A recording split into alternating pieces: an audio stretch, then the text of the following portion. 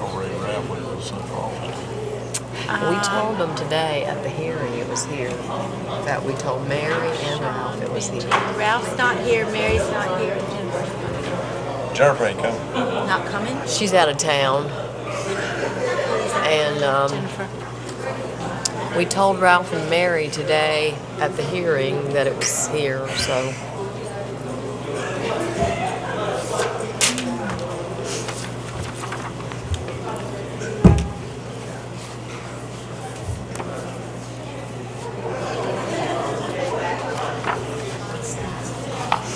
Cafeteria.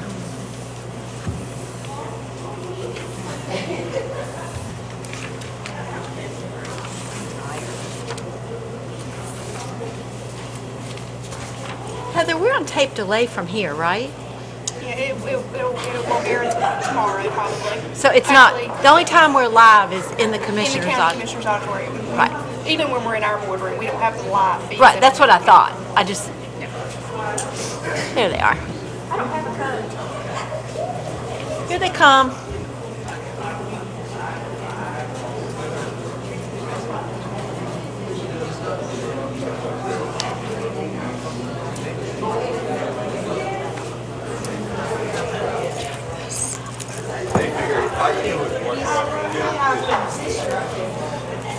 Hey, Mr. Chair, when you stay your hand on home?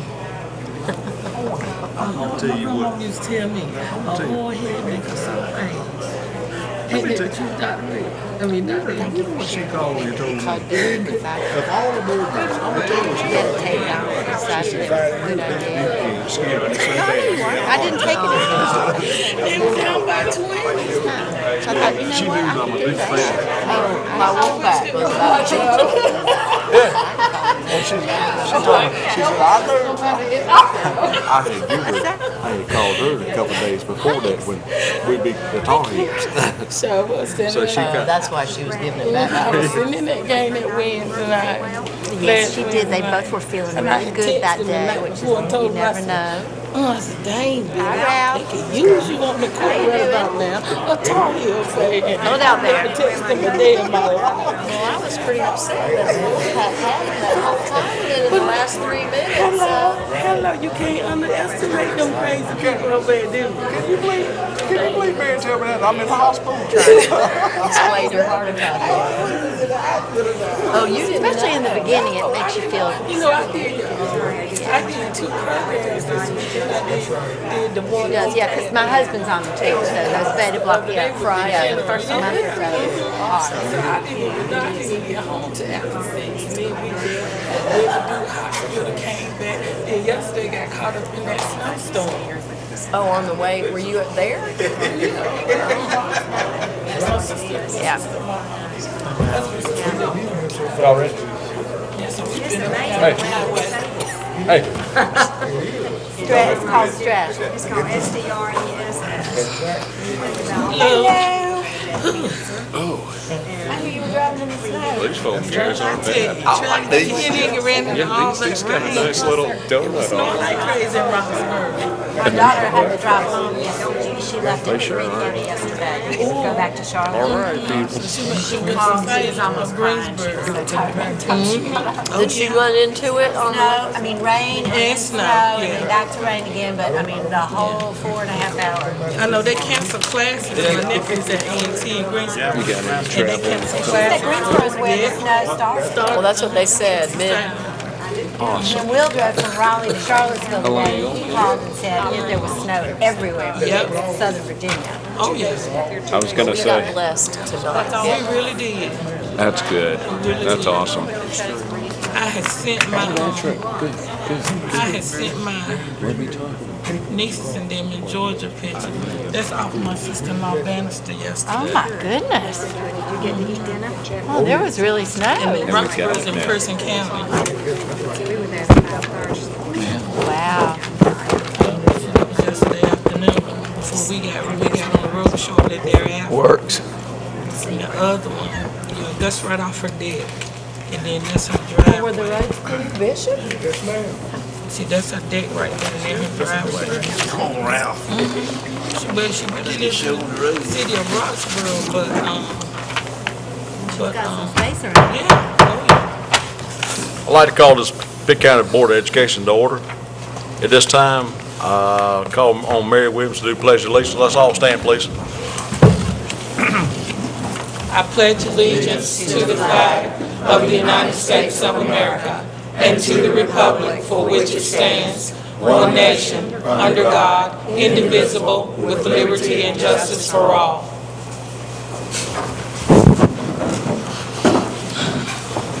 This time I call on Worth Forbes. During our moment of silence, let's remember our students, our faculty, and also Billy and everyone that has to do with our school system. Let's just have a moment of silence.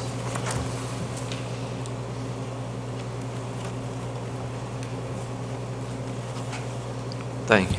Thank you. At this time, is any adjustments to the agenda? Move approval. Second. Second. I got a motion on the floor and a second. Is there any discussion? If not, all in favor say aye. Aye. All against? Thank you. Ayes have it. Public expression. Tonight we got Robert Evans from the town of Farmville. You have 5 minutes, Mr. Evans. Thank you very much. Mr. Chairman, members of the Pitt County Board of Education, good evening. Good evening. I am Robert Evans. Some of you know me as Bobby, Mayor of the town of Farmville. Tonight I'm joined by our town commissioners, Jamin Dixon, David Shackelford, Richard Hicks, and I believe that's it. In addition to that, we also have our town manager, Sam Noble. We appreciate the opportunity to speak to you this evening on a subject that the town of Farmville and our citizens are very passionate about. That is our schools. It is only natural that our board would feel this way, since 5 out of our 6 members of our board are products of the Farmville school system. Only one was not educated in Farmville. Additionally, we take great pride in the status of our schools and their accomplishments, their location, facilities, and personnel, and the uniqueness we enjoy with a campus setting. We believe these values exist today in part due to the effective representation from our past Farmville area board members. However, as we assess our potential, we must admit we have a good school system striving to become a great one. We recognize that in order for us to reach the desired level of achievement, we must continue to have hard-working and dedicated representation from our elected members on this board. They must be allowed to function as total board participants. To that end, our board has concerns about the marginalization of our duly elected representative, Mrs. Barbara Owens. Ms. Owens, along with Ms. Jill Kamnitz, appears to be frozen out of the decision-making processes of this body. As a way to convey these thoughts to you, a letter was drafted subject to conditional approval of our board to the school board chairman requesting the marginalization of Ms. Owens and Ms. Kamnitz be addressed by this body. After fulfilling the required conditions identified by our board, they, meaning our board, subsequently and unanimously voted last Tuesday evening to support the letter expressing these concerns. It is not our intent to involve ourselves in the inner workings of this board, but since it has been a month since that letter was forwarded to the chairman for consideration, and understanding that we have not received an acknowledgement or a response, we felt that we must follow up with a personal request for you to correct this inequity toward these ladies as soon as possible. In conclusion, we believe the good citizens and school children of Farmville, town of Farmville, Fountain, and Falkland deserve full representation of this on this educational body. While we admit that these ladies may quite often find themselves outside of the mainstream thinking of the majority of your members, we feel this could develop into a strength for this board rather than a weakness. We firmly believe that differing philosophies and diverse opinions from all board members can enhance healthy debates and should be valued, not marginalized, as these ladies appear to be. I thank you for listening. We eagerly anticipate your response in the near future. Thank you. Thank you. Spotlight on teaching and learning, Joey Worthing and Aaron Boyer.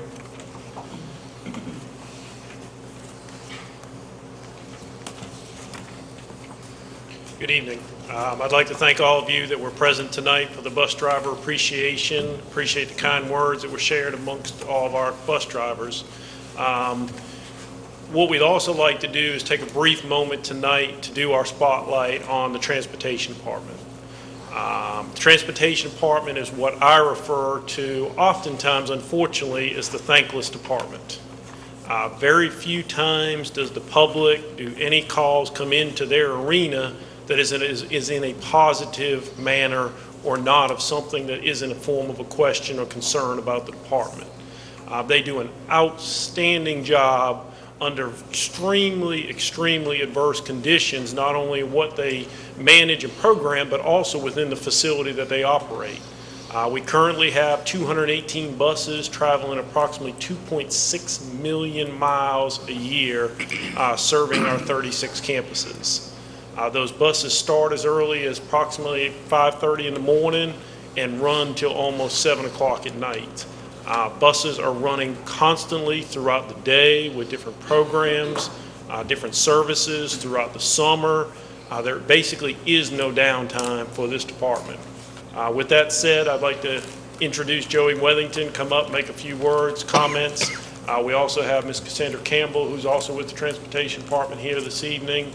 But again, I'd like to turn it over to Joey Wethington. Thank you. Cassandra Campbell.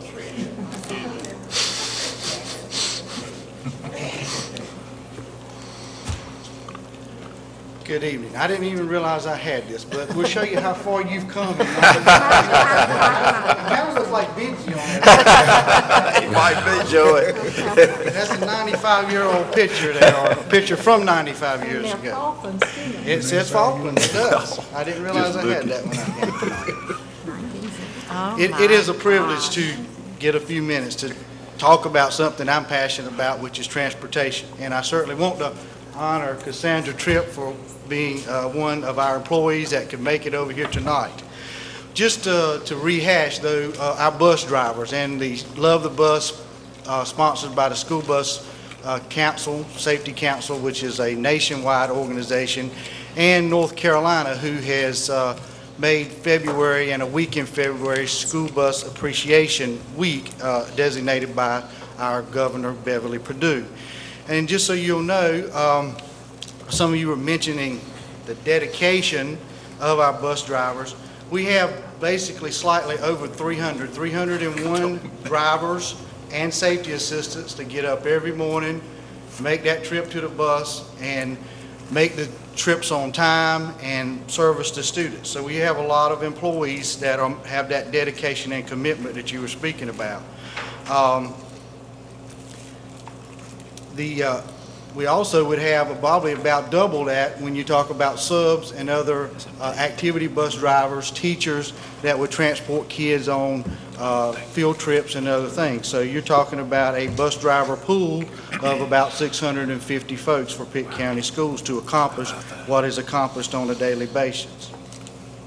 As we move into just transportation, so you will know, we are a department of 21, plus myself and Chris Setzer, who serves as Assistant Transportation Director.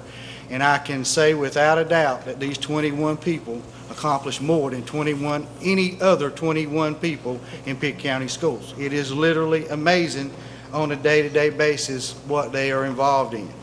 And I just want to highlight, Aaron has kind of took a few things, but one of the unsung things that nobody really, because it's not a real high complaint item, is locally.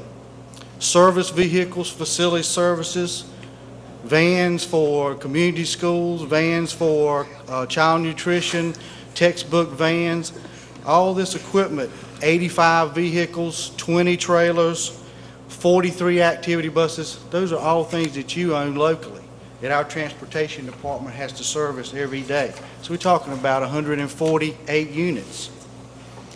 Those particular units, slogan that I'm not taking credit for creating, but, and some of you even kind of mentioned it, education begins with transportation. But in our system, some of our schools don't do their own lunch. Some of these kids depend on transportation. Trial nutrition depends on transportation daily. All the repairs done to our buildings, facility services depends on transportation.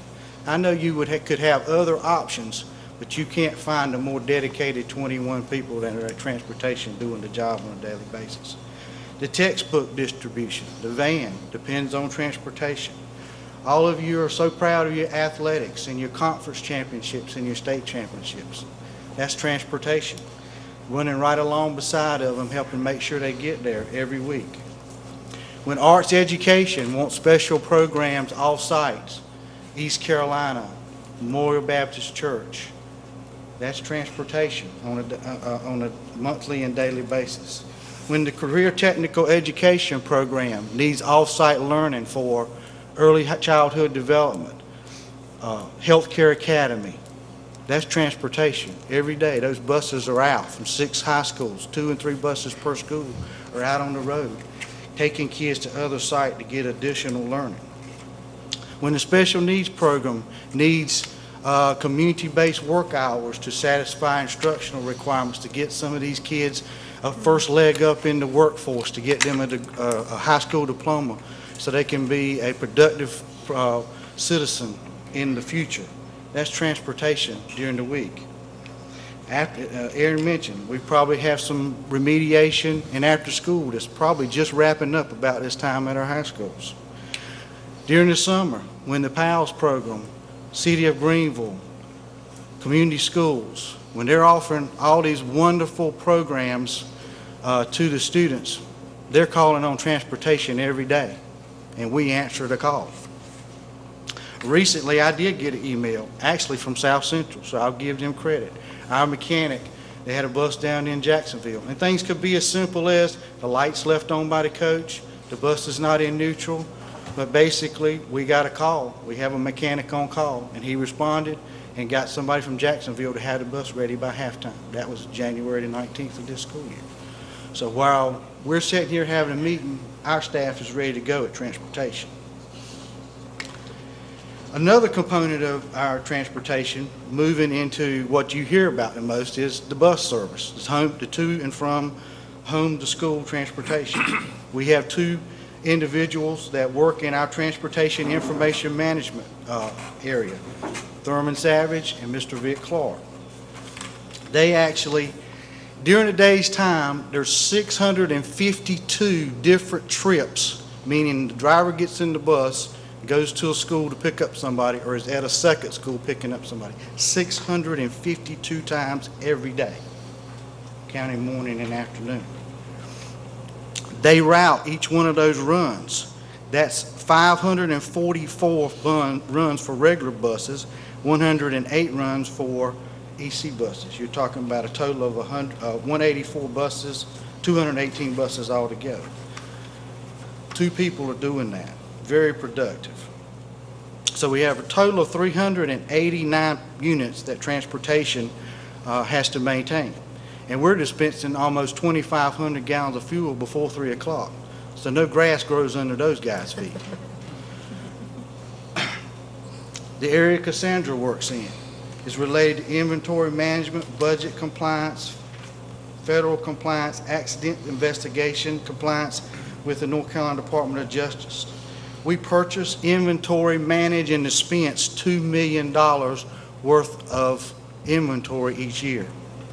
We invoice and collect $700,000 worth of reimbursements that we're required to comply with state budget that we operate based on other uses like these remediation programs that we're talking about. We also have to manage the federally mandated CDL drug screening program. We organize and schedule bus classes, and we service a payroll just through transportation of 125 individuals, counting our 21 plus special needs drivers and safety assistants. So no grass grows under our feet. A very productive group. And I really, they work from 6 to 6, not 12 hours a day, but we have people working different shifts. And no, they're probably home in bed right now. But I want you to know what they do for you and how proud I am of them. And we thank you for this opportunity. Thank you.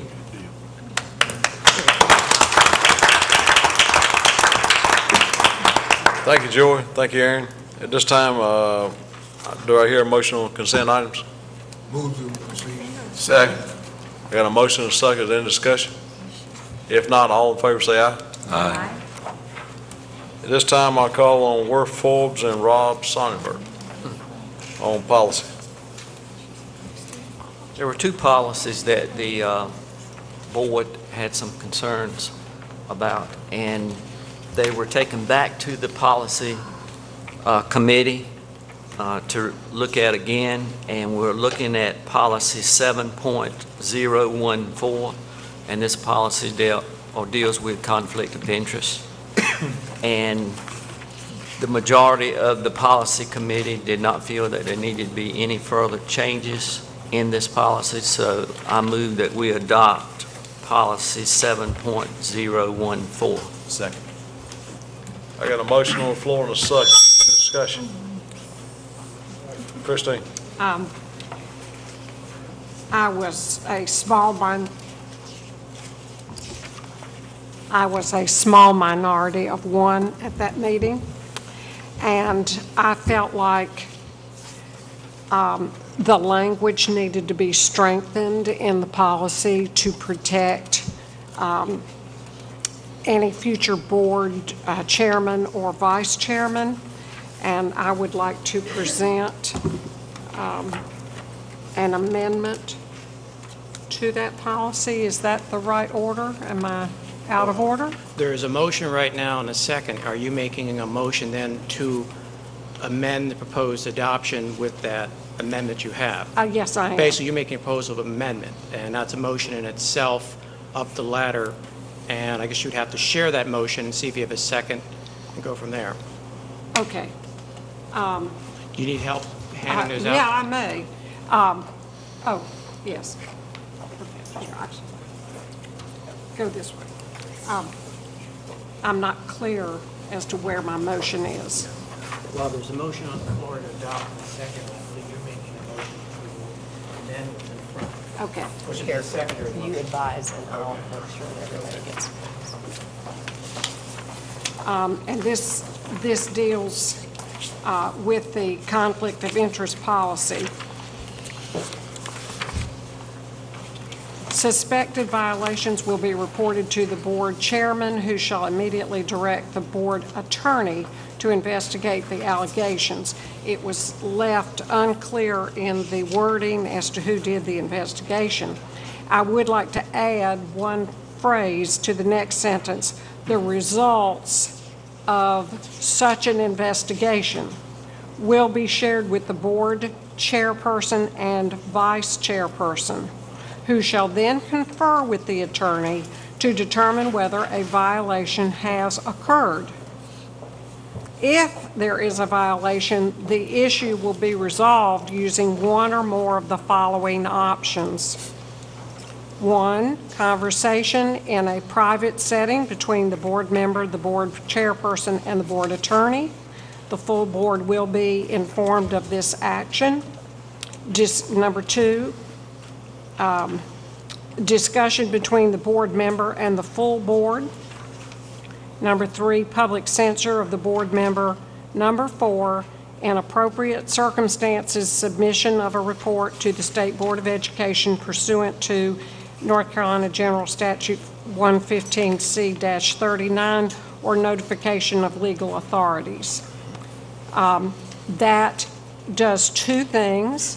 It identifies who is to do the investigation, And then it also gives you, gives the board options on how to resolve. Both of those items were left untouched. And then you end up with, we ended up in a situation where nobody knew what was appropriate to happen.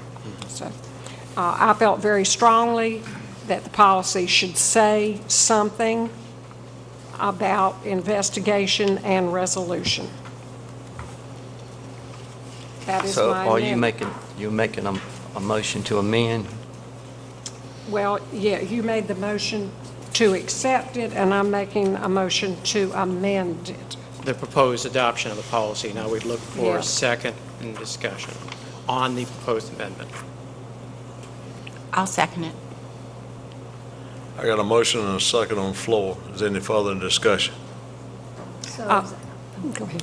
I'm sorry, Barbara, yes? I was just going to say, so this is amendment to your, Yes. his motion. The only thing we're voting on right now is the amendment. And then once we get through this, then there'll be another final vote on the actual policy. Which would include the amendment. It possibly can, depending on the outcome of this Depending vote. on the outcome, right, I got you. Is there any further discussion? Jill? I would say that Chris's language is remedying a vagueness in our current policy that I think this would serve us well in the future and future school boards well. And I know that the comment was made by Allison Schaefer, who we've all worked with, that our policy could benefit from this kind of clarity. So I think this gets us a long way there. If I may speak to the, this is a board which has expressed a serious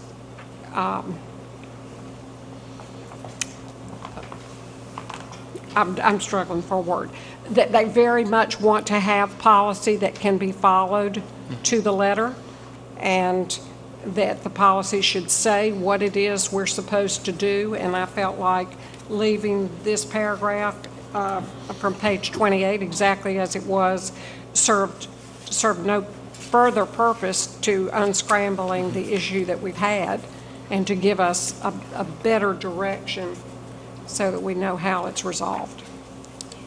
Any further discussion? If not, we're going to vote on Christine's motion first. All in favor of Christine's motion, raise your hand. You got that, Brenda? 3? Okay. All those against her motion, raise your hand.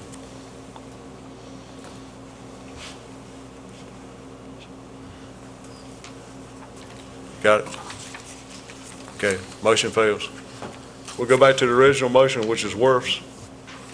Original motion. Worth, would you read that motion one more time, please? I move that we adopt policy 7.014, dealing with conflict of interest as it's written. Is there any further discussion? Yes. Were there any changes made to this policy? Yes, there was one change. If you look on page 27 of your book, on an earlier policy committee meeting, dealing with teacher, secondary teacher employment, you'll see under paragraph B on the top Yes. of page 27 of your book. Okay. And that's what we read over Yeah. in a previous meeting. Any further discussion? I just wanted to say this as a member of the board. There often comes times in a situation and a decision when one has to look at it to see if it strengthens and helps. And I know we've already voted on that, but in my opinion, anything that helps me on my daily life, I feel like that's a plus. And I just want it to be a plus to move forward. And that's all the effort that anyone puts into anything, and I think that behooves each of us to do that. Okay. Anybody else? Mark? I think the thing that was concerning to me is, and I know that you had expressed it earlier in the year, is just now receiving this not prior to the meeting, but in having went through and spent some time this week reading the policy is quite strong as written. And I think in every case it states board member, administrator, school employee, and so I think there's no change in how each person within the system or who has contact within the system. And then I think the policy spells out very clearly what the chairman's role is, and then if the chairman's not able to act, the vice chairman acts, both of which have been duly elected by this board. And so I think, you know, one of the things that I think we have to have is faith in those individuals that are serving in those roles. And I think that's important to do that. And I think the leadership has been demonstrated thus far this year. And so therefore, I believe in reading through the policy. The policy is strong as is. I don't see we're necessarily adding in the additional verbiage is purposeful at this point, although I have not had full time yet to read through each one in relationship as to how it applies. Any further discussion? If not, Christine? I'm sorry. Just briefly, I did ask in committee meeting that the language be considered a postponement until it was brought back to the board, and it died without a second. I'm a very small minority on that board. Okay. So this was the only way I deemed appropriate to get that, but that's a dead issue now. Thank you. All those in favor say, raise your hand.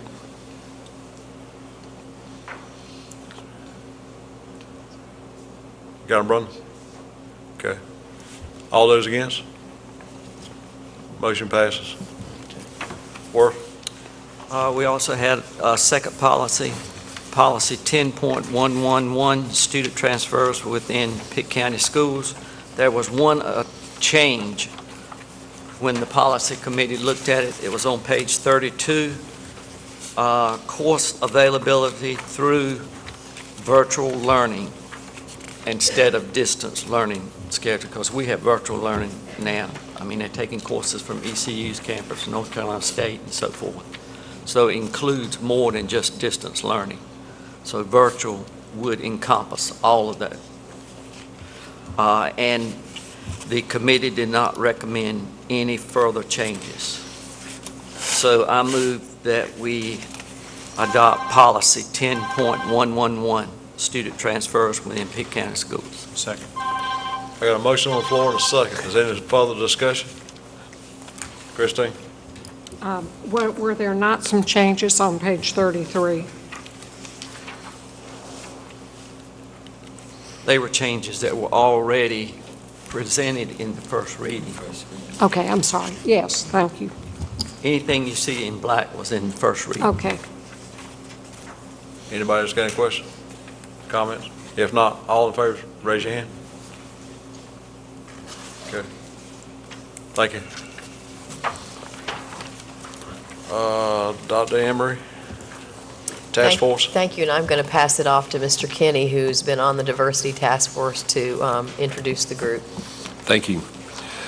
I'd like to say to the board, I've been on the Diversity Task Force since its inception in 2008 in accordance with Policy 9.306. There are those parts of being on the board or being part of the school system that are just tedious, and some tasks that we enjoy more than others. I can say with all certainty, this task force and this group of people is about the most fun you can have at any meeting. We always get together and get things accomplished, but seem to have a good time at the same time and have a lot of laughs. I would encourage other board members to feel free to stop by the Diversity Task Force meeting sometime or get involved. It's a good way to round out your day. With that in mind, I'm very honored to introduce, who will start it off, Dr. Gloria Sneed. Good evening. The Diversity Task Force this year's report will focus on 3 areas. We're looking at ways where we can increase attendance and reduce absenteeism, improve family and community relationships, and finding ways to produce or create a more positive atmosphere in our schools for our families. And in order to do this, we have created a series of steps. So we're looking at the Diversity Task Force. What is our road ahead? The first thing we're going to do is identify factors that affect student attendance. And this relates directly to one of our district goals. We're looking at ways in the K-8 schools to decrease the number of students accumulating 10 or more unexcused absences by at least 5%. And our strategy is at each school is looking at ways to create an attendance team. The purpose of that attendance team is to take a look at what are the reasons students are being absent from school. Members of the team would be as follows. We're looking at having our team meet at least quarterly to send information or to share information with the Director of Student Services, but the teams within the schools will meet every week. And on the teams, we would have the counselor, the school social worker, the nurse, the data manager, and where possible, administration. The second thing we're going to take a look at is how we're going to connect this, and it can begin as early as March 2012, or you can start at next school year. It really doesn't matter. It can start right away, or you can start later on in the next school year. But you're looking at getting this team in place so you can actually have someone to constantly monitor why your students are out of school for unexcused reasons. Excuse me. There are no resources currently needed because you already have the needed personnel in place. You already have your school social workers, you already have the nurses, you already have counselors, you already have administration. Now, the second step ties right in, whereby this information will be included as part of the Board of Education update on attendance at least once every quarter. The Director of Student Services would gather the information from the social workers, from the counselors, and then produce a report whereby you can track the trend, the data trend, looking at where do you see the attendances increasing or decreasing, and what are some things that are being done in the schools to help break that trend or to decrease the trend of unexcused absences within the school. And again, you're looking at a circular support here where Dr. Nolan or whoever the Director of Student Services would be, the information would be received from the counselors, social workers, and administrators. And from there, that report would be generated to be shared with the Board of Education.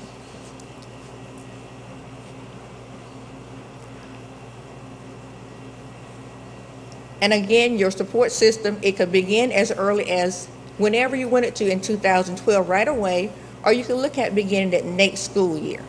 What we basically done was laid out a series of steps where you would look at what is the strategy, what do you need to get the strategies implemented, what is going to be the timeline, and whether or not you need any resources, additional resources, in order for this strategy to be implemented. The third thing we thought about was using the superintendent to communicate via the report card with the superintendent's message on attendance. Every 6 weeks or every 9 weeks, thousands of report cards go into the homes of families. It would be easy for the superintendent or for communications support to create a message that could motivate or share information or just simply tips to help families understand the importance of having their children in school to decrease the number of children with unexcused absences. And again, the people responsible could be Dr. Emery, Heather Mayer, or whoever her designated committee would be. And again, that's something that could begin immediately, or you could wait till the next school year. It could begin as simple as when the next report cards go out, or again, you can start in the fall. And those are the three things we took a look at, ways whereby we could help get the first step in place of looking at decreasing the number of unexcused absences by at least 5% to support the district goal.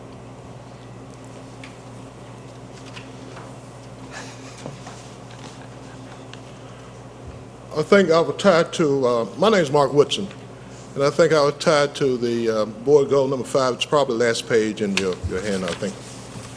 Very well may be there. We know there's been a lot of success here trying to identify these efforts, and we did not want to add additional work or responsibilities to the staff that's already working pretty hard, new head counts or expenses in trying to achieve this goal. And we linked our long-term goals, the expectations, to the board's goal, which is goal number 5. And it's to improve graduate rate from 70% to 80%.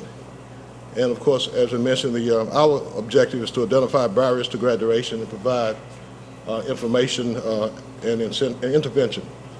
On this, we combined the two for this presentation, the first two goals that you have on your sheet, and also the last two goals that you have on your sheet. And I want to talk about the combined 9th grade goal and the focus on the K2. The action steps, which are, and I will cover those, I know they're a little bit small. On the action step, all grades are important, but our focus is on grade 9 for individual conferencing and for grades K2 for instruction support. When every student enters high school, they have the opportunity to meet with a counselor, answer one-on-one, questions can be answered, pathways can be established. Also, some schools have already started these type programs. There are 8th grades and 9th grades who have face-to-face counselors before they enter the high school. They have coupled these with home visits, and especially for the rising 9th graders, which tie back to our recommendations. We also need a rubric or tracking mechanism to be created, to be used to be consistent across the whole district. Everyone should be following pretty much the same steps and pretty much the same procedures and gathering pretty much the same information. And the data can be evaluated for trends and weaknesses and opportunities and strengths. And along with the K2 part, we need to focus on staff development and curriculum development at the district level, and also get feedback at that level from those who are involved and start identifying and addressing those problems. Now the timelines, we're looking at the first semester for the most part, but the timeline can begin at any time for any student, and as I mentioned earlier, some have already started following these timelines, and it needs to happen before they're registered for class. Now the resources, primary one is support for the counseling services at the schools, also at middle schools to help them identify some of the problems and issues, and also maybe develop a team of stakeholders who will have a responsibility to get involved in that also. And moving to the last two you have on your sheet, the Twilight and Pitt Academies and parent meetings. These tie back again to board goal number 5, and the objective here again is to identify barriers to graduation and provide for intervention. We want to continue to build on the success of those programs, not on a one-year grant type thing, but something that's ongoing, something that we can point to year after year, because the main goal is to reduce dropouts and suspension through the Twilight program, Project Equal, Summer Significant Academy, also the new Pitt Academy that provides alternative learning for those long-term suspensions. And one of the programs I know that we look at has been very successful is the ones that Mr. Michael Lutz is heading up right now, and the Twilight Academy. And it's important that we share that information not only at the central office level, but at the local school level with the principals and staff, but also in the community to talk about and show the successes of that program so people are attracted to that program, and that the expectations that we have listed, which includes community support and involvement, can also be a strong part of this. And parent meetings also go along with that. The timelines, again, beginning almost immediately. Here in this year, the program is already ongoing. A lot of programs are already ongoing, and just building upon those programs to make sure everything is successful. And the important thing that we saw throughout the meetings that we have was family involvement, where you included the students and the parents. And we've been talking about engaging those parents and family in a very meaningful and very powerful way, because when people feel comfortable and welcome at the school, they hear good things about the school, they're willing to come in and be a part of those parent conferences, those seminars, and get involved in active learning of those students. And also we talked about this should also be very effective if we looked at those where English is a second language. And we have a lot of different schools where the parent may not be proficient in English. English may be the second language. To attract those, when you have those parents come in and be a part of that conference with those students. We have to be innovative in overcoming the barriers listed in front of our report and achieving those strategies and goals. And here is Ms. Smith to continue with the rest of the report.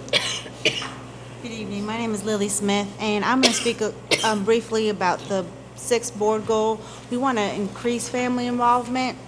In order to do that, we would like for each school to sponsor at least 2 family engagement activities. Title I schools are already required to do a minimum, I believe, of 5, so this would just include the non-Title I schools to do family involvement activities at least twice a year. We want to focus on some strategies and figure out what are the hindrances to family involvement. Why are parents not engaged or other family members with the school? We want to find out what are the kind of experiences they're encountering in our schools through the use of the climate survey, which we already use. We would simply just add a statement as, I feel welcome at my child's school. And depending on the valuable information that we receive, we can help change the perceptions of the schools. Schools with low positive responses will need the support or assistance to help turn that perception around. In addition, we think that office staff and personnel should be trained, because that's the first encounter most people have when they walk in schools, and if they have a negative first experience, it's really hard to change that once, first impressions do make the biggest difference. So we would have to train office personnel, and that would require some resources to make sure that everyone knows how to handle different types of situations, whether the parents come in with a negative or a positive attitude. We want to make sure that they leave with a positive perception. And then we like to communicate the positive that other schools are doing with those that are not doing as well, and use all communication avenues available to the schools. Because we feel that the first impressions do make a big difference, and they make the impact on the parents or the families, not just parents, just families in general. And that goes with the board's 6th goal. In conclusion, the committee has developed strategies to support the following board initiatives: to decrease absenteeism, to increase graduation, and increase family involvement. The goals are measurable. The goals are identified with strategies, and there's a timeline for implementation. Thank you. Thank you. Can I have them hold on 1 second? Sure. Just so all board members are clear, have Mr. Woodson here, have Ms. Caroline Sutton here. Dr. Hardy, don't go anywhere. I don't know how many of you know Dr. Hardy from East Carolina University. These are people, and we have our school personnel here. These are just a few of the people on the Diversity Task Force that have given a lot of their time, and each one of these people have been on it for the past 4 years. And Mrs. Woodson, I believe you're here tonight. Thank you for coming and showing your support. And I just want to express on behalf of the Pitt County Board of Education, thank you for everything you do. Every minute you have spent on this has just been priceless. Thank you so much. Thank you. Thank you, Sean. Jill? There are some really wonderful ideas and suggestions here. So what's the next step with this? Where do we go from here? You are, we would invite you, if you'd like, to formally accept the report. We have talked with district staff as this has been being developed, so everybody knows these are things they believe are doable, or some are in process, some are new. I think it would mean a lot to the task force for the board to formally accept their proposal tonight, if you're willing to do so. In that case, I'd like to make a motion that we formally accept the report of the task force. I'll second. Gratefully and formally. I second it. Got a motion on the floor and a second. Is there any further discussion? If not, all in favor say aye. Aye. All opposed? Thank you. Thank you. At this time, I'll ask Rob to come forward. At this time, we're going to talk about the vacancy of, excuse me. I missed one. Review graduation. Sean. Thank you, Mr. Chair. I'm trying to skip you. Before you see a procedural draft, which really doesn't require any board action, as it is a procedure, from the graduation task force. I would like to ask Ms. Beverly Robertson, I see you, Beverly, to step on up. Heather Mayo is already up here. Don't sit down, Heather. Who have served on the graduation task force.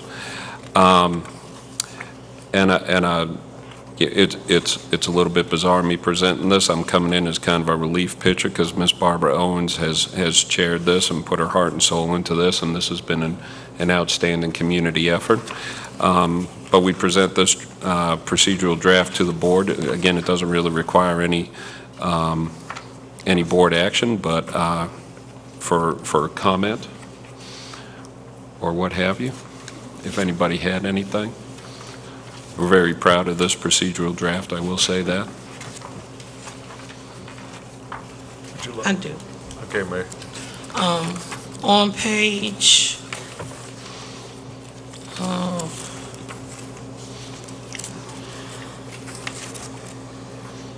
gosh, let me see. Two things. Because if we allow this policy, this right here would be a mandate. Am I correct? Because I have a concern about on page 45, number 2, it said all salary central office administrators will be present at graduation to assist unless otherwise excused by the superintendent and his or her designee.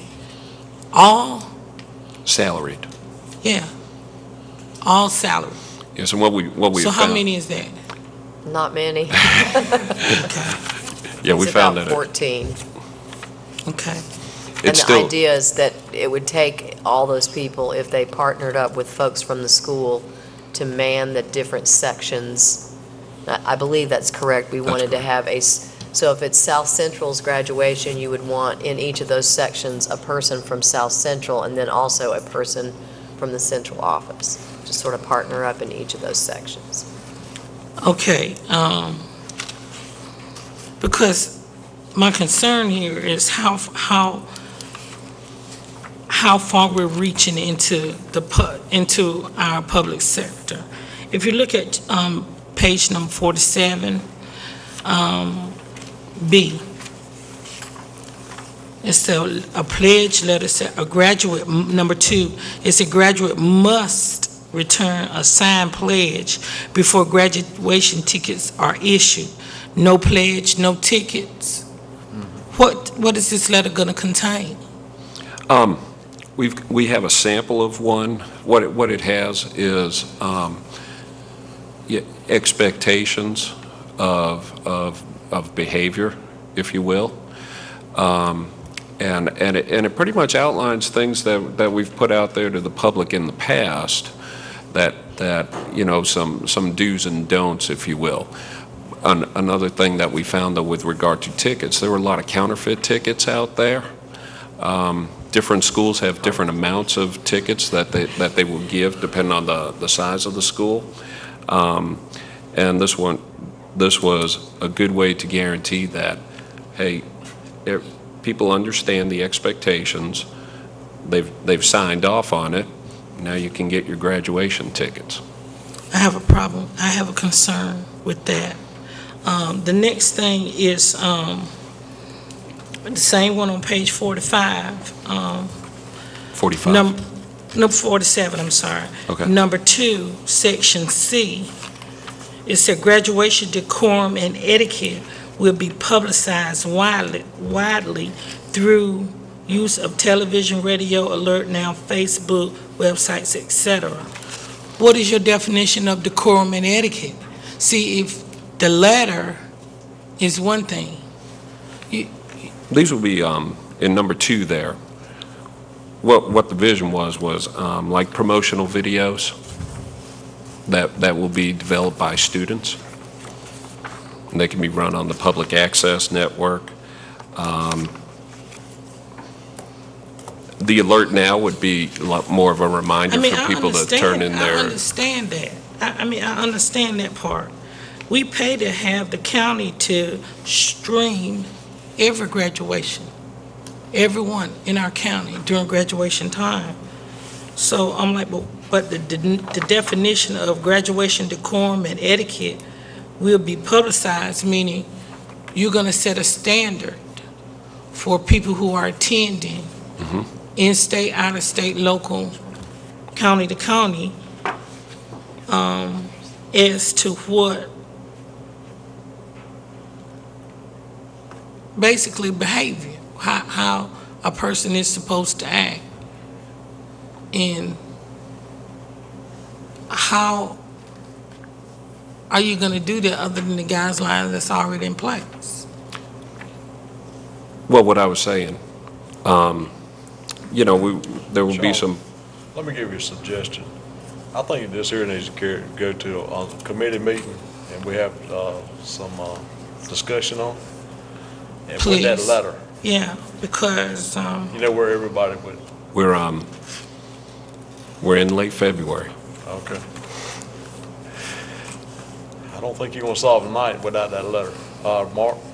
Well, and my concern on it is to get it right before we put something out that's not going to be a useful document. For example, one of the questions I would have for parents and guests on page 44, under the second bullet, it says, following the school principal's instructions for applause and recognition during the ceremony, unsolicited shouting, whistling, and applauding will not be tolerated.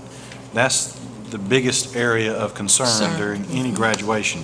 And the concern there would be, what does not tolerated mean? What does that look like? And everyone needs to clearly understand that going in, going out, what that means and what it can mean in terms of punitive action, in terms of crowds participation and what that can end up meaning. My idea of a graduation ceremony is proper decorum in terms of behavior and in the utmost respect for our graduates. They work very hard, and this needs to be a ceremony that the school system puts on, that we recognize those students. It does not need to be something where a parent is trying to listen to their child's name and is not able to be heard. That to me is something that, you know, and I've been at quite a few graduations, it gets to be a difficult time for those parents to hear their child's name, and that's very important, and I recognize that importance. And I mean, Mark, and I agree, Mr. Chairman, sir, if it's okay for me to say something. Okay, go ahead, Mark. Mary. And I agree with you, Mark, you know, but we also have to understand that those things are going to occur. But we also stream every graduation. So in the event that that parent does not hear their child's name called across the stage, they can go to the county site and see their child walk across. And even though it may not sound like a big thing to some, it is the first major accomplishment in a whole generation that is graduating. And I just kind of think that it's going to be a difficult thing, and I think that along with not only the yelling of the names and stuff like that, but also the management of crowds. Well, you know, the safety concerns. My biggest concern on that is, right, I just want to say one thing. It's just that the smallest number of children that come, that may have one parent with them, and that's all they have in the crowd, they're not going to be able to hear their child's name if it happens to come before a group that has a large group there, or so on and so forth. And I find myself oftentimes fighting for the underdog in terms of the child that's not as represented in those types of things. And I just think that, you know, everybody deserves a chance. And I think if we level the playing field up front and say, just we need to have this as a quiet, dignified, respectful event so that every child can be recognized, I think it's a good idea. And it's a major issue. It really is. It's a major issue for some. That's where come no two people are going to, you know, we're all not going to agree. But we also have to keep in mind that the county streams every graduation that goes worldwide. I would just suggest that the graduation committee meet again as soon as possible, and anyone with any concerns regarding the procedure, voice those concerns. Can I hear, is that a formal motion? I move that the graduation committee meets again, review the procedures, bring them back to the board. Second. I got a motion on the floor and a second. That's with anybody. Now, anyone who has concerns, be sure and attend the graduation task force committee. Or call Sean with your concerns. Right. So All that right, when I got we a have- motion on the floor and a second. Jill? Well, I did attend the last graduation task force meeting, and we went through this whole thing, and it seems to me that some of the concerns are answered in here. For example, Mark, your concern, what are we going to do? What does it mean it won't be tolerated? At the end of that section, it says what the consequence is pretty clearly. Students and attendees may be removed from the graduation ceremony if the behavior or conduct is inappropriate and disruptive. I mean, that seems clear to me. And Mary, you're asking about the definition of decorum and etiquette, and I think that's what the whole section Roman numeral 2 spells out, is exactly what we consider to be the appropriate behavior. So I think it's all here in the procedure. I think the The letter hasn't been written. Oh, the letter hasn't been No, written? the pledge letter hasn't been Right. written. We have an example from the state of Florida. It hasn't been written. I will say this. We've met twice with all 6 high school principals collectively as a group, and all 6 have signed off on this as presented today. You know, we went through it and went through a draft, and, you know, this was developed through students, assistant principals, community members, board members that, you know, brought us here today to this procedure. I think the question I have is understanding the threshold. Yes, it does say disrupting procedures. Someone standing up, you know, yelling out, that's clear. But is the threshold a child's name being interrupted, yelling? I want everybody to be clear and be clear on what the board's support is unanimously in terms of this policy. It needs to be clearly said publicly what this board will support.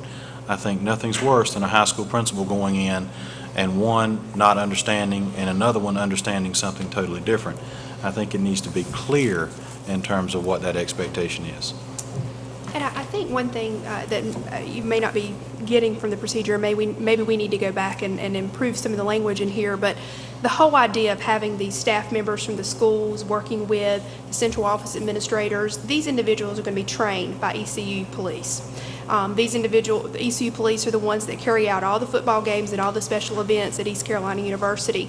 And so the idea is that everybody will have to go through training with ECU police on how to approach individuals in the audience. And the whole idea is that we don't want it to get to the ECU police first. The whole idea is that if someone is being disruptive in the crowd, then a member of our staff or a member of the high school staff would be the first, I don't want to say line of defense, but they would be the first individuals to approach those, the audience members and ask them, you're out of compliance with our procedure, could you please be seated? And if the individual refuses to or gets out of hand at that point, only at that point would we then call in some assistance. And essentially, I mean, we are asking at the end of the day, I mean, if someone is completely uncompliant with this policy or procedure, then yes, they would be asked to be removed from the... My point on that is, though, at that point, the damage has been done. Right.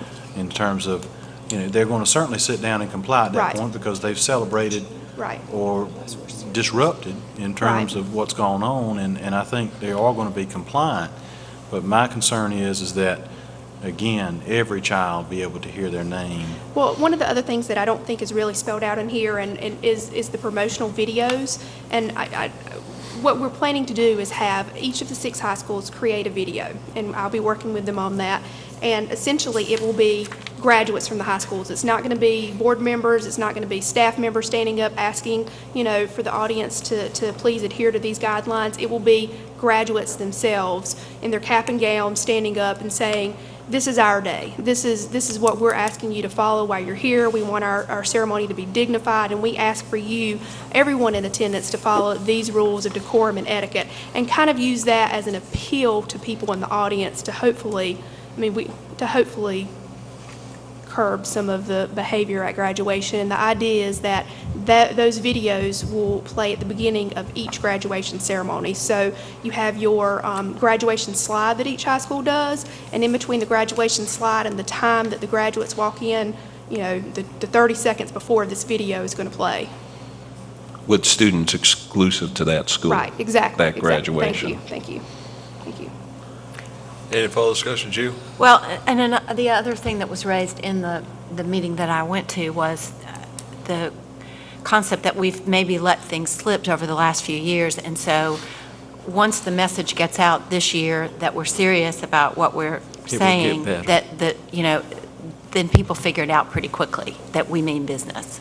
And it may take this year having some maybe more disciplinary action than we would like, but the assumption is by the next year, maybe that we wouldn't have to deal with that.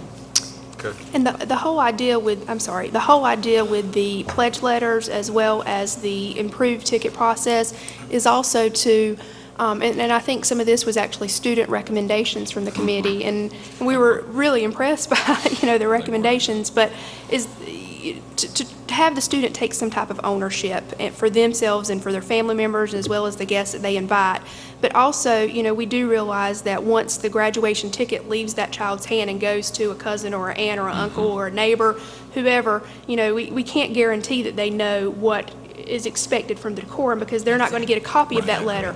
But what we're going to do with the improved ticket process is on the flip side of every graduation ticket, we're going to have 4 or 5 of the main bullet points of what we're expecting for graduation decorum and etiquette to be printed on as a part of that back side of the graduation ticket. And the simple statement that those who do not comply may be asked to leave. That was going to be my suggestion. Yes. To put a couple pointers on each ticket so that it would be there for each person coming in. In fact, we just got a good price on those Yeah. tickets, Yeah. a real good one.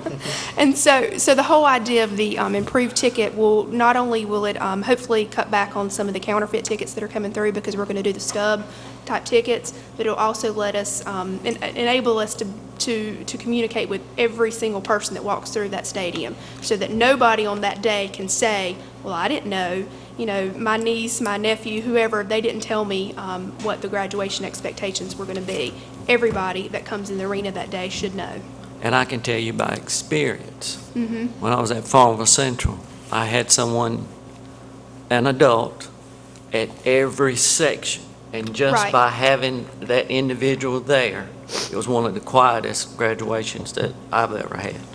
And I think by having these salary administrators helping out, that's going to help deter a lot of disruption.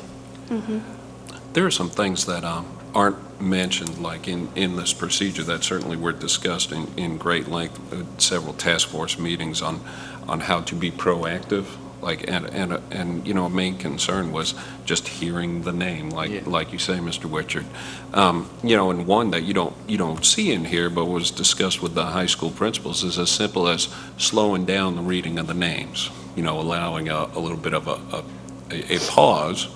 Because if a family member gives a Yahoo, is that a reason to ask someone to leave? No, of course not. They're excited, but to carry on for 10 minutes would be, so, that was discussed with the high school principals, and it would seem simple.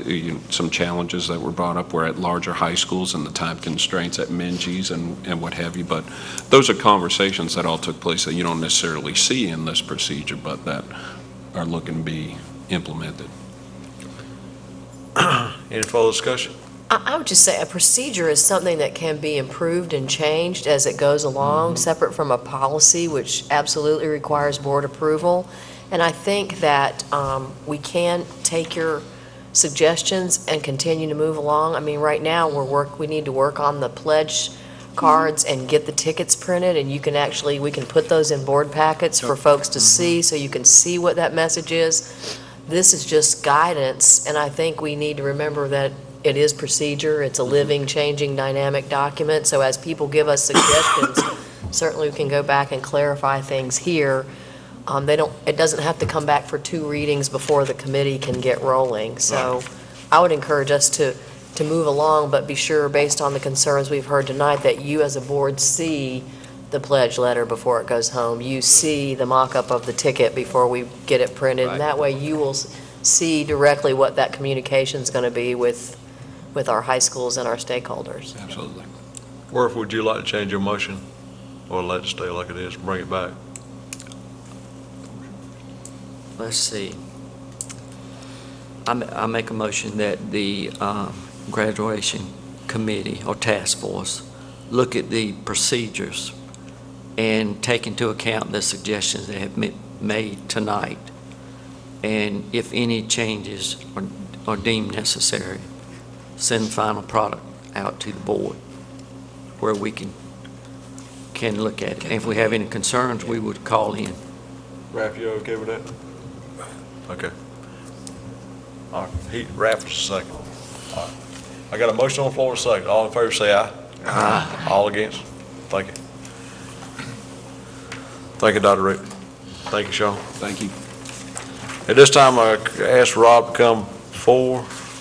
We're going to talk about the vacancy discussion. Before he gets started on his part, we got several dates that we would like to do this, and several members suggested today, one of the dates that the staff hadn't suggested is possibly doing it on March the 5th, which was our next board meeting, if we could do it prior to the board meeting. The dates the staff has suggested would be March the 1st, March the 6th, March the 8th,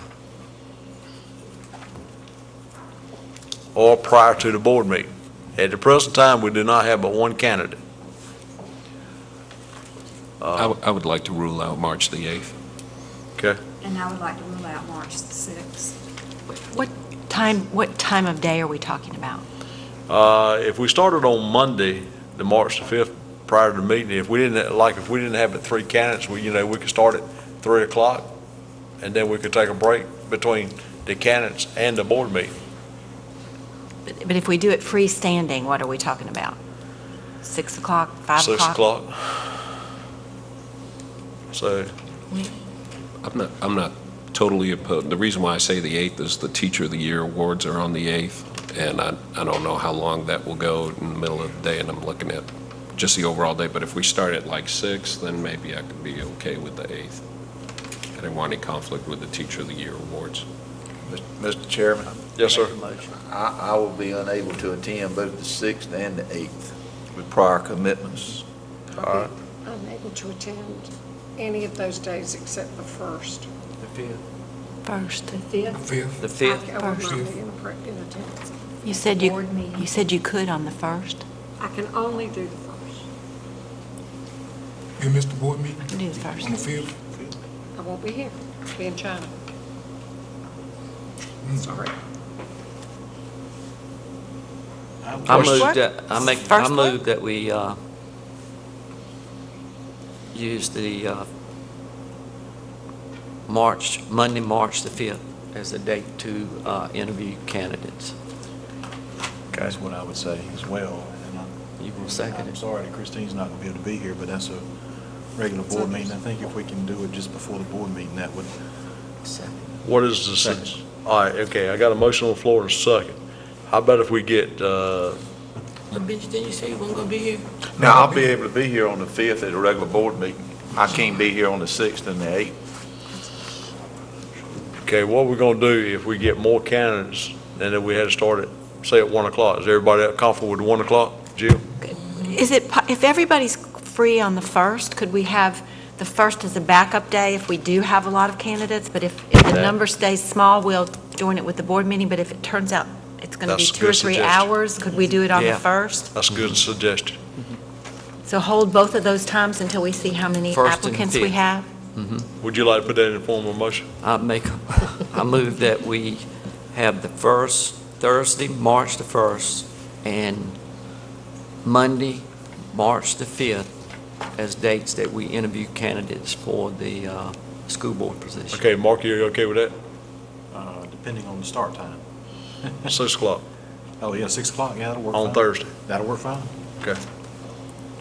Is the 5th then going to be the primary date with the 1st Yes. being the Backup. substitute date or whatever, alternative date? Yes, I mean, if we get more candidates, then Okay, I the got you. 5th will hold, then we're going to do first and fifth. Spill over to the first. Right. Yeah. Well, yeah. Everybody understand the motion? What time possibly starting on the 5th, did you say? Depending upon It candidates. all depends on how many candidates we The got. earliest Might, would might be could 1 start o'clock. at 5, but you might could start at 5 if we've only got a couple. That's right. Okay, Depends on how- everybody fine with the motion? Any further discussion? If not, all in favor say aye. Aye. All opposed? That was pretty simple. Now Rob will finish it. Yes, I'll give you a brief summary of what we've done so far with the appointment process and gather any further direction from the Board of Education. With the help of Heather Mayo and putting out in the press, we have advertised for letters of intent and resumes for potential applicants, giving them 2 weeks. The deadline to provide their letter of intent and resume is this coming Monday, the 26th at noon, to the superintendent's office. We've already, Brenda Pippin's been in contact with board members that if you have suggested questions, she's asked that you provide them to her by the end of the week.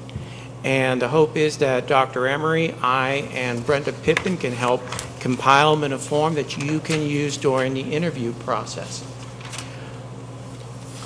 And that's our plan of action right now, unless there's furthermore that you would like us to do. Right now, as Billy Peden has said, we only have one applicant. That may change in the coming days. I want to let the board know that they're the only three going to be picking the questions. So that no board members will be involved in the questions other than submit the questions. So in other words, then nobody can say, Worth picked the questions or I picked the questions. We're going to let them three pick the questions, and the questions will be coming from those three, whatever questions y'all sent in. Okay, and Billy, I did ask Brenda to contact the North Carolina School Board Association and That's a actually good ask of these questions, which I thought, oh my gosh, these are really pertinent questions. And so would you consider looking at those as you think about your questions? Those three can, yes. All you got to do is submit it. I've already seen a copy. They're very good questions. Yeah. Anybody else got any questions or discussion? Thank you. Thank you. Mark, Cheryl, EPS committee update?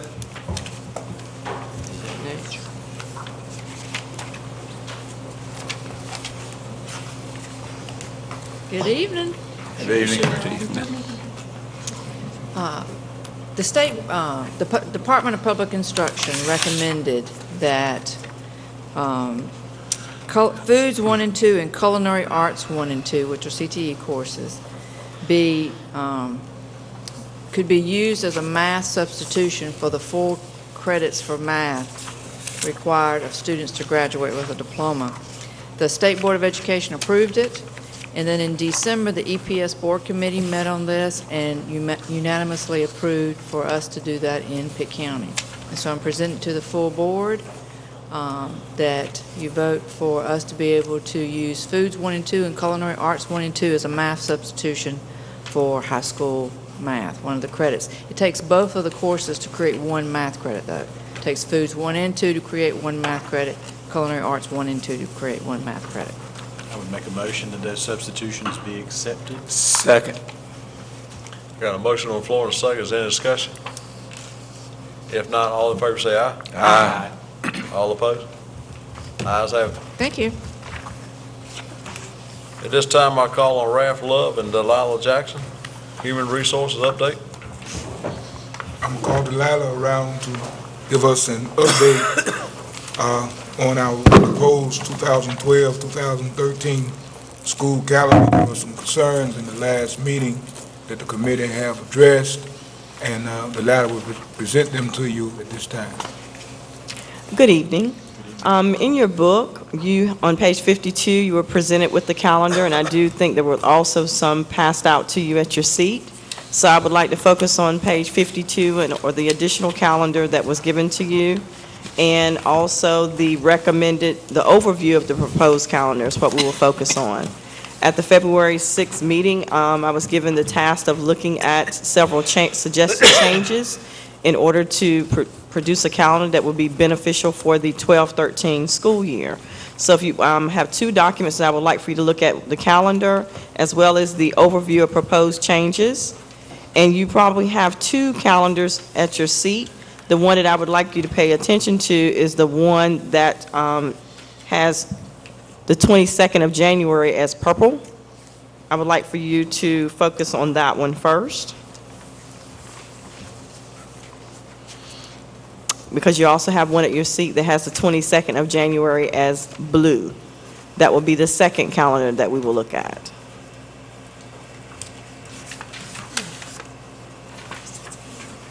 Is everybody clear?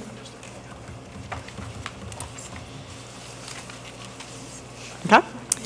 The changes that you'll see for this calendar, the proposed end of 9 weeks dates, there are several of them that are the same. October 30th is, we have 185 total days for the calendar. You'll see October 30th, January 18th is still the same. March 27th was given, and June 10th. So we did have some changes to the calendar based on the fact that we did add up to 185 days. I have given also for you the proposed end of 6 week calendar. You will notice on the second 6 weeks that we do have a change, and November 20th is the end of the second 6 weeks, which I'll note that again as I move down further. January 18th coincides with the proposed 9 weeks for the K-8 part of the calendar. You have March 6th, April 26th, and June 10th. Both of them totaling up to 185 days. If you look at the proposed overview sheet, there are several days that have been added into the calendar. December 20th, which was originally a built-in annual leave day, is now represented as an early release day for students. So we moved that day at the request of trying to accommodate Good Friday. If you'll notice down at the bottom, Good Friday is now green, which indicates that Good Friday would be a holiday. We also added an additional early release day in May for May 2nd to accommodate giving time for teachers to be able to work after the students leave on that particular day. You will also notice for the calendar there are two purple dates, January 2nd and January 23rd. In reviewing some options to try to accommodate what was given at the February 6th meeting, in discussion with our senior staff, we had some information given to us about the idea of a late start day, which incorporates the ability for the teachers to come at their regular time and the students to come 3 hours later to give them time to be able to transition and do some things at that point in time in their room. We have always heard from staff that coming back from a holiday after being out for a couple of days or 2 weeks, it's very difficult to get jump started back and to make those changes and suggestions for the upcoming start of the new calendar year. And also, after the January 21st holiday for Martin Luther King, we have incorporated a late start day, that should be January 22nd instead of the 23rd that you see there. So those are the changes that you see in regards to moving the dates around at that point in time. At the bottom, in order to accommodate the March 29th suggested day, the original date of December 20th was a built-in annual leave day. On the calendar, it is now brown, an early release day, which is a student day. Originally, March 29th was a regular school day. It is now a holiday. And originally April 1st was a holiday. It is now a built-in annual leave day. So that is how we accommodated on this particular calendar in order to look at suggested changes and give it a little bit more time for the staff, as well as giving students the opportunity midstream of the semester to be able to be afforded to have a teacher change. Sometimes principals, based on end of course test results, may decide that a teacher may not have an Algebra 1 class to teach this year. They may give it to another teacher, but it would be able to have some time. It's not a lot, but it's as much as we could squeeze on that particular calendar. Also, we were asked to look at giving teachers more time and more days to be able to squeeze in a teacher workday. In communicating with the Department of Public Instruction, we were notified, and through a call that I made to DPI, that once we start student attendance, the clock starts ticking.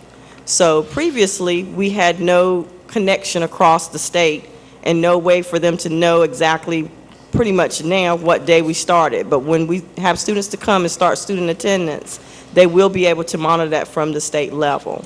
So the second calendar that you have that has the 22nd as a blue day, that is our what-if calendar. And I'll let Dr. Reap explain a little bit more about that calendar as well. Or Dr. Emery, excuse me. When the risk comes, they pass it back here. I sent you all a message after our last discussion, and I started this discussion months ago being sort of the rogue, and my staff has yanked me back several times, but so I'm just going to lay it out here. I think it's unconscionable that we have a law that says we can't start before the 25th and we have to end by June 10th, and we've now added 5 days, and there's not one work day during the course of the year. And you know, I've had folks say, well, it sounds like you're only worrying about teachers. Well, if we don't worry about worrying about teachers is also worrying about students, making sure our teachers are prepared and have some time to prepare for students is also looking out for our students. The message I sent to you was looking at, you know, trying to convolute the legislation and say, if the law says you can't start before the 25th, and August 25th, 2012 is a Saturday, that you use the logic that you just take that Saturday and Sunday and you push them back and you start on the 23rd. Unfortunately, what we've learned that Delilah just shared with you is that through NC-WISE, now the state has governors that they can put on our ability to measure attendance.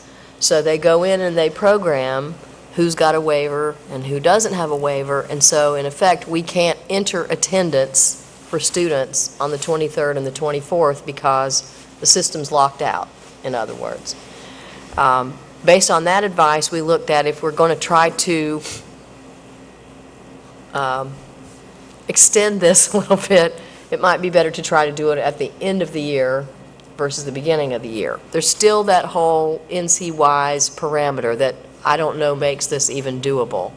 But the second calendar, if we wanted to be a little bit bold here, adds, it pushes the last day of school to the 11th instead of the 10th. So the only change in the calendar that Ms. Jackson just shared with you is that we would put a teacher work day on January 22nd at the middle of the semester, and we would end our last day for students on the 11th. Now, let me tell you, I've just got to be up front and say this is risky. We have legislation that says we have to start no later than the 25th and stop by June 10th. Rob did a little research months ago on what could happen to us if we did this. There's not funding tied to the calendar. There's not, I mean, I've been saying, so what are they going to do to us? But, you know, I've also got staff saying it probably doesn't send the greatest message to pick and choose which legislation we decide we want to follow. It may not send a good message to say, we don't think this legislation makes sense, so we're going to mess with it a little bit, and then someone wants us to be more lenient or modify other pieces of legislation. So I think that's important. I'm just distressed that for more than a year now, we have sent messages, lobbied our elected officials. This board has sent a resolution, and there's absolutely been no relief or any attention to the fact that you cannot add 5 additional student days and not give school systems a little more flexibility on either end. And I'm having trouble as an old lady just comprehending how we say it is okay to go an entire school year and not have a full teacher workday in the calendar. So we just put this out there to see what your thoughts are, what your feelings are. Mark? I would say I support it 100%. If the state wants to come in at the end of the year and say, stop your day on the 10th, and then we need to raise our hands and say, but your requirement is we have 185 days, and if they say it's not going to count after the 10th, then the onus is on the state. And I think that's a fine thing to do. I agree. We keep hearing that the powerful folks and their lobbyists from the eastern part of the state in terms of Bass Knight's calendar bill continues to live on because of the lobbying efforts, then I have an issue with that, because school children are getting hurt all across this state because of a lobbying effort. That's right. And there comes a time where politics needs to be set aside. Is that a motion? And we need to do what's right for children. I do say that as a motion, Mr. Chairman. And I second it. Mark. Okay, I got a motion on the floor and a second. Any further discussion? If not, all in favor? I have one comment. Okay. Good job. Well, I hope you'll say that. We will. If I'm in the, We will. We will you will. bring me cookies when I get sent off to the big house? With files in them. Christine? In the event that the state comes back and wants to slap our wrist, we can always fall back on Memorial Day, as unpopular as that is. I don't think Right. the state of North Carolina has money to put in their gas tank to come to Greenville to fight this issue, so. Okay? Well, I don't think all will be lost. Well, we are being completely open and transparent. This is a public body. If they're monitoring papers or news media, we'll hear about this before school ever starts. But I think it's important, I really think it's important, and I It's important to appreciate your chance it. support in That's making right. making a point here. Got a And I motion on the did floor want and a to, second. sorry, to make a note that we have requested for a waiver, and that has yet to be heard. Just put that in there. All in favor, say aye. Aye. All opposed? Ayes have it. Thank you. Awesome. Yay, yay, board. Unitary status, Dr. Emery? Now Short? I'm so excited. I hope I can do this. Thank you. What, short? It feels good sometimes to step out there. And we'll send a copy of this calendar to Jean Woolard right away, because we saw last time she's a friend, and maybe she can sort of run interference for us. I hope you've had a chance to spend some time with this document. I do want to reiterate, this is a living, dynamic document. It will continue to be added to as we move towards the process. So if you think of other strategies or things that we're doing, we welcome your input and questions tonight. I'm not going to go through all of this. I want to just make a few points and share with you where we go from here. We've had several questions about reassignment. Isn't it one of the green factors? Why isn't it a part of this document? And you all remember that reassignment is a notebook in and of itself. It is a factor. It will be looked at as we go to court, but we looked at changing our policy and following our policy in the last reassignment with lots of public engagement. And so those are the things that we'll present as the methodology we will continue to use as a district, basically, for future reassignment. We also have talked with Ken Sue, and I just want to give you a few dates for your calendars, and we'll send this out to you, but we have gotten confirmation. At our last meeting, we mentioned that Mr. Sue would like to come and meet with you all in closed session, and right now we have that scheduled for March 19th, the hour before the board meeting starts, so from 6 to 7, an opportunity to talk with you about preparing for federal court, your thoughts and sort of strategy, and get feedback from you as a board about our approach as we begin to prepare. We also are going to do 3 public sessions in March, and we're going to do them on March 15th, 22nd, and 29th. Those will be in different locations around the community from 6 to 7.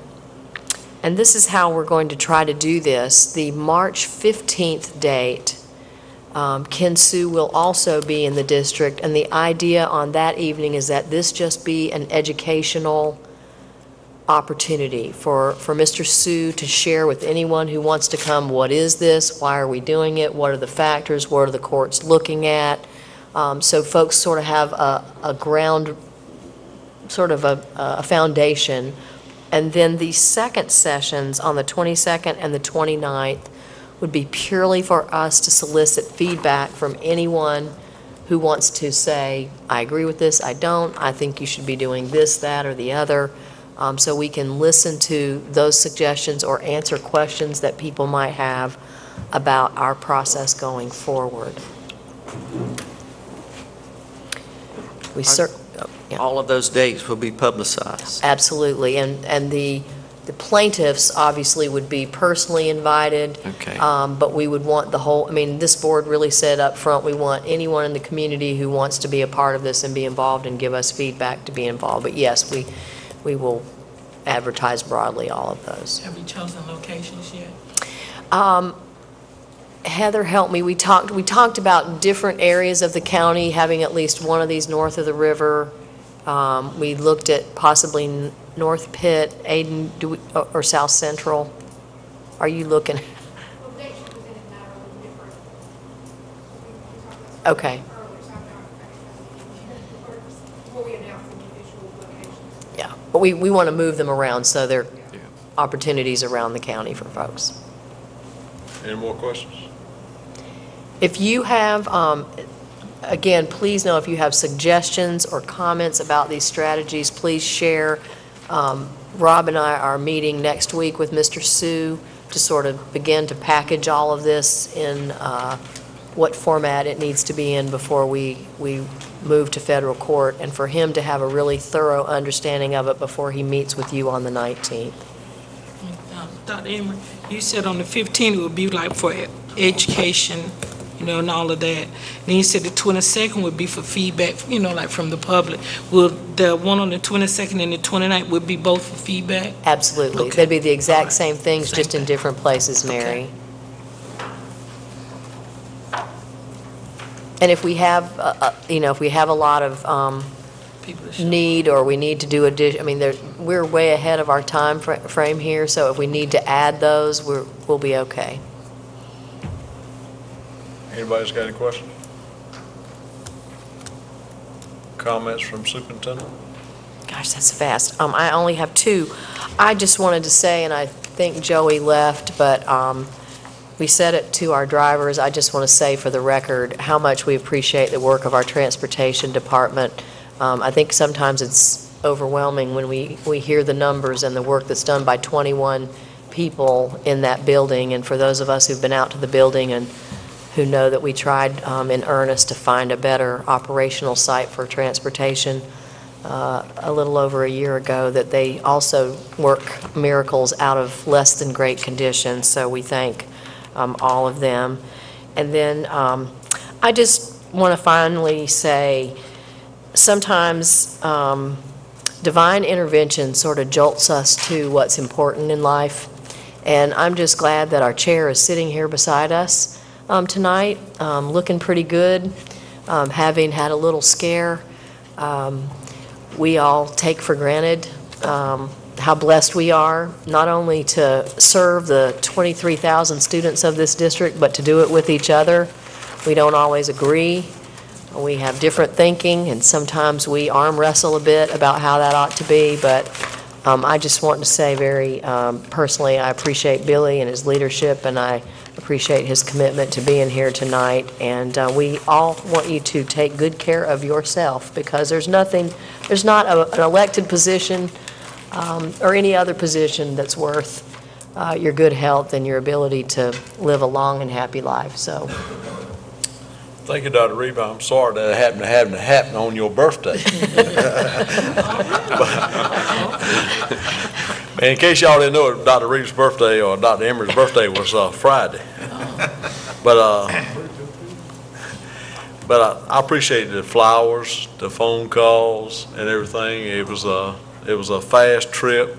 Hope I don't have to go down that trip again. So I'm gonna try to be a butter boy or butter man in the future. But anyway, at this time I call on Barbara. Thank you, Barbara.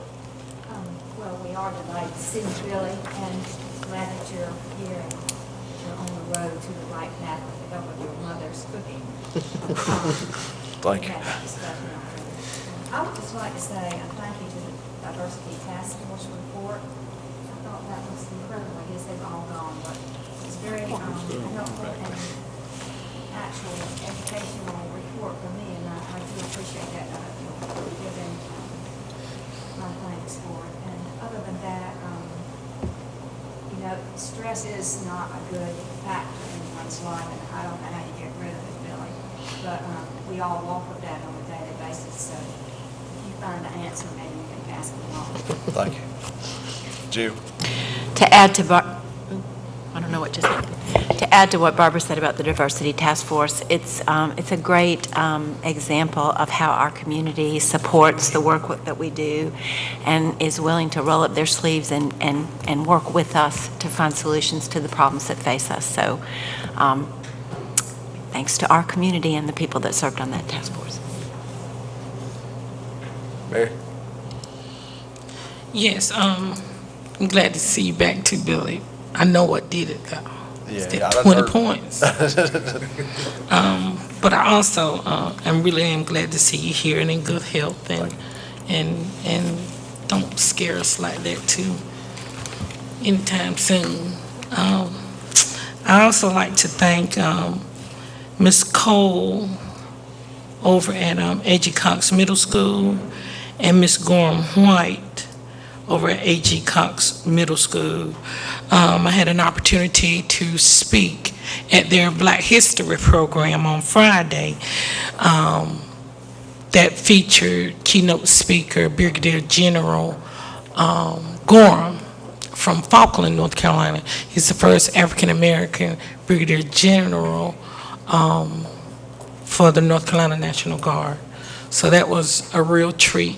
I also like to thank the parents in that area who provided the music. I like to thank, also acknowledge South Central High School Color Guard and their JROTC participants and all the local officials that attended. It was a really, really good celebration. I also like to just thank the Diversity Task Force for what they're doing and all of their heartfelt commitments towards our students. And I'd also like to send out a special blessing upon Mr. J.B. Smith's family. They buried him this past Saturday. So Ms. Charlotte and the rest of her family, I like to let her know that, you know, she's still in our thoughts and our prayers. And that's about it. Thank you, Mary. I'll call you in March. Ralph? I want to also say that I'm happy for the way that the Lord blessed you, Billy.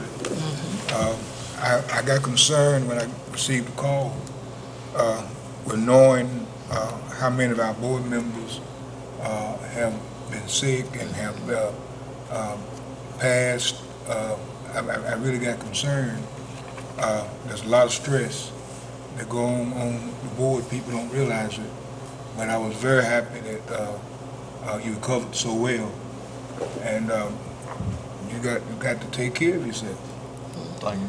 We want you to do that. Each board member has to take care of themselves first so they can do the job that they have been elected to do. Also, Mary mentioned Mr. Smith's family, and I was honored to be on the board while Mr. Smith served as principal and the different positions, and even after he retired, we had to call him back to work, and he was ready to do it and did an excellent job. And so we are very, very proud of him and his wife also, who worked in the school system all this time. So we're just grateful for that type of work he did. Benjamin?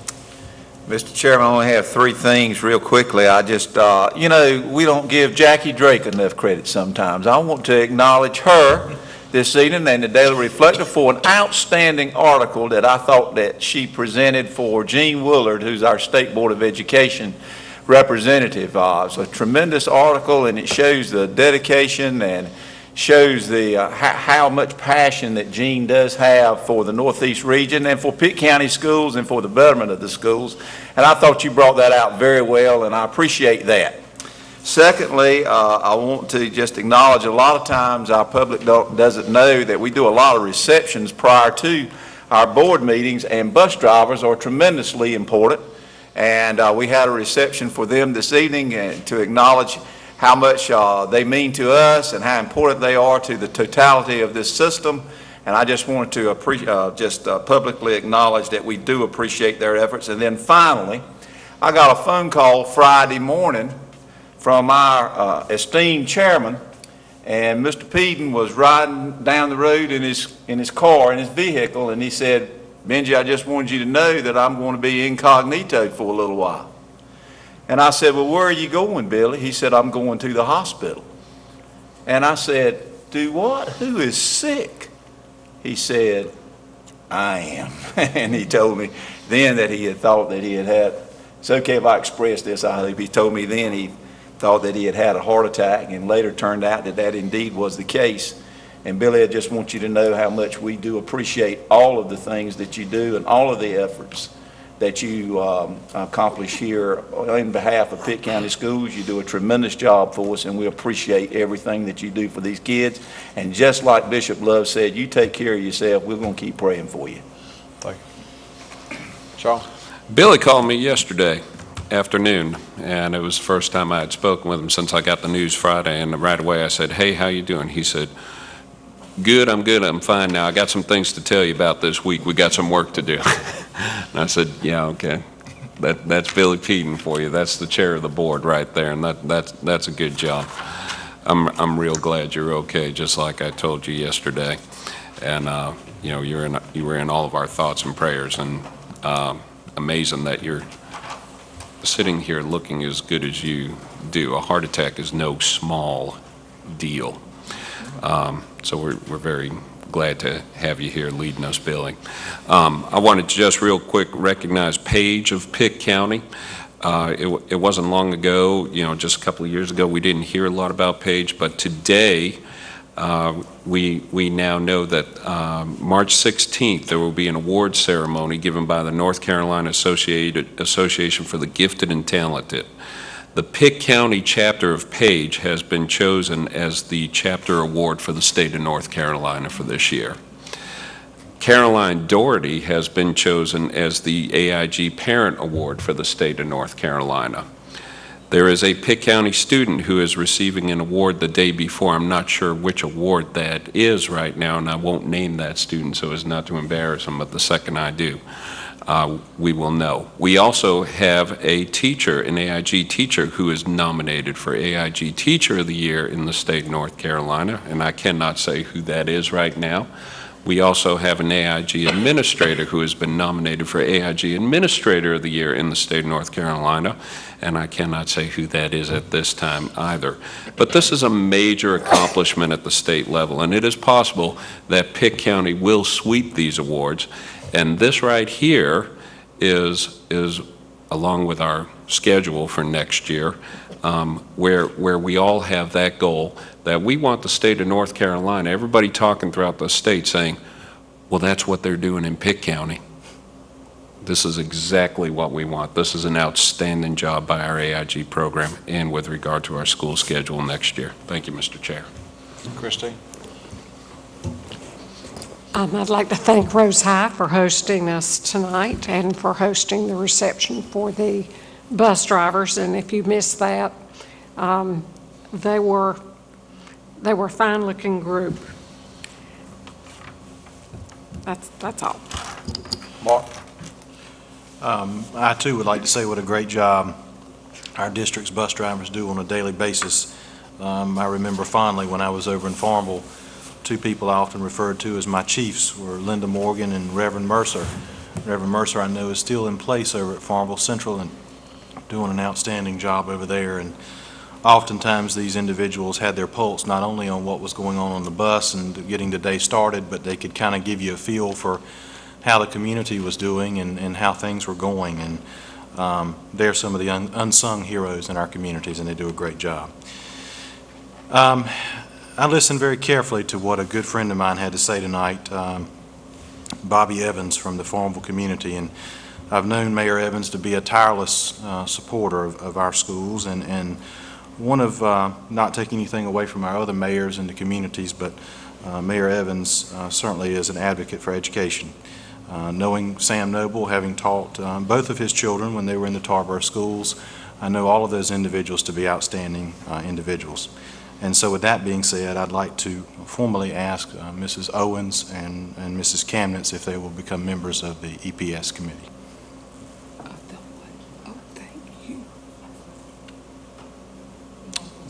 We'll look forward to you being there. Thank you. Thank you. Worth, last but not least. Last but not least, and Billy, I'm thankful that you're here, and your name was brought up at the altar at our church Sunday. And hopefully you continue to improve. I also would like to thank the calendar committee. They did a tremendous job. I mean, this and the calendar that we have adopted, putting that teacher work day in there, I think is well worth the risk. That was a great idea.